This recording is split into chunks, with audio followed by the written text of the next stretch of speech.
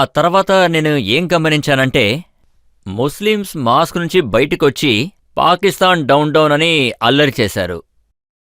వాళ్ళ తీవ్రవాదులకి వ్యతిరేకంగా వాళ్ళ కోపాన్ని వ్యక్తం చేశారు.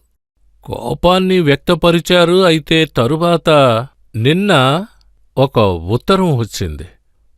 పాట్నాలో ఒక మసీదులో తీవ్రవాదులకు వ్యతిరేకంగా ఒక మీటింగ్ జరిపారు. నేను దానికి ఒప్పుకున్నాను. అంటే ప్రజలకు ఒక సాన్నిహిత్యం ఉంది. మనం ఒక్కోసారి ఒక వ్యక్తిని మూర్ఖంగా అనుకుంటాం. అయితే కొంత సమయంలో మనమంతా కూడా కాస్త మూర్ఖంగా ఉండాలి అంటాను. కాని ప్రతి ఒక్కరూ ప్రతి సమయంలోనూ మూర్ఖత్వంతో ఉండలేరు.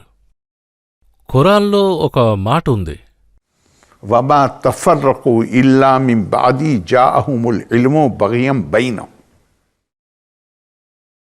మతాన్ని అడ్డు పెట్టుకొని ఎప్పుడూ యుద్ధం చేయడం కుదరదు. స్వార్థపరుల కోసమే యుద్ధం జరుగుతుంది.